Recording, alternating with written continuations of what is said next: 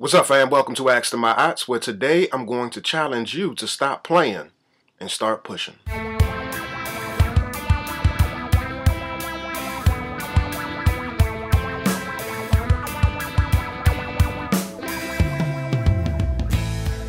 Hey, y'all, check this out. One of the things that I notice when we're working with couples is that there's a tendency in the relationship for somebody to be invalidated. There's a tendency for somebody to be minimized and their contribution to the relationship not really acknowledged. And oftentimes what occurs is that when that person feels as though they're being ignored or invalidated and their contributions aren't recognized, they start to develop a sense of resentment toward the spouse who's not really paying attention to them, not really acknowledging who they are and their value in the relationship. Unfortunately, the person who is often experiencing this is the man, the husband. I know some of y'all may have a beef or an issue with the fact that I'm going to lift up the fact that we need to pay more attention to men in our relationships, but I think that there's been an overwhelming absence of consideration for the role that men play and also the value that men have in a relationship. Unfortunately, there's a number of relationships that are, really just going bad. And a part of the reason why the relationship is going bad is because we're speaking death versus life into the relationship. We're speaking death versus life into our men. Now, for those out there who want to say, here we go again, talking about what we can do to better the man, improve the man, and cater to the man, and blah, blah, blah, blah, blah. There's another video that we actually did, my wife and I together. Or better yet, I did a video by myself, which spoke to the fact that you can give her, if you want what you want, you need to give her what she wants. So give her what you want and you'll get what you want in a relationship. So it's really lifting up and edifying the value of a woman in a relationship. But this particular video right here is really just to show you that there's particular needs that men have. There's particular wants that men have. And in order to transform the relationship and really have the relationship that you want, you need to make sure that you're tending to those needs and those wants. If your relationship is dead, if your relationship is dying, if your relationship is on its last leg and you feel like you have no idea what to do, there's some very simple things that you can do to radically shift the atmosphere in your relationship so that there is an increased investment from your man. There's an increased willingness to participate and to be present emotionally, physically, mentally, and spiritually in your relationship.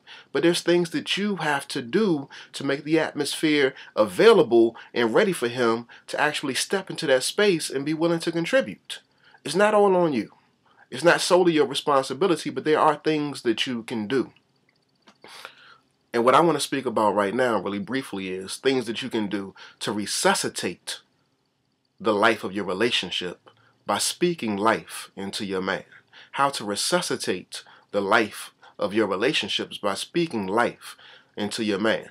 I actually wrote a blog post, 10 things you can say to your man to make your man feel good about being your man. So I'm going to just cover maybe 2 of those right now. And what I can do too is, in future videos, cover the additional points. But one simple thing. One very simple thing that some of us throughout the course of our day, we go about it and, when we're talking to our spouse on the phone, we might say, I love you when we hang up. When we leave out the door in the morning, we might say, I love you. Maybe even before we go to bed at night, we might say, I love you. But I want you to be more intentional about how you say I love you, when you say I love you, and why you're saying I love you. So simply saying I love you is a way that you can resuscitate the life of your relationship as long as you're doing it with intent. And as long as you're making sure that your man knows that it's with meaning and there's value behind those words. It hasn't become mechanical, or maybe it has, but you want to make sure that from henceforth, when you say I love you, you ain't going to always do it like that, but when you say I love you, make sure that you're being intentional about how you're saying it, why you're saying it, and when you're saying it, so that your man can feel you. Sometimes there's difficulty in our relationships when we say I love you because we've grown comfortable with not saying it. We've developed a habit of not saying it. Or even if we've said it, like I said, it becomes mechanical, it becomes rote. And, just the monotonous part of our everyday existence. But like I said, you want to make sure that you're saying it with meaning and that there's value behind that. Everybody wants to be needed. Everybody wants to be needed. Everybody wants to feel needed. When was the last time you said to your man, I need you? When? I need you. And not necessarily I need you financially, because sometimes men, they get in their feelings when they feel like, all it is that you want from me is a buck.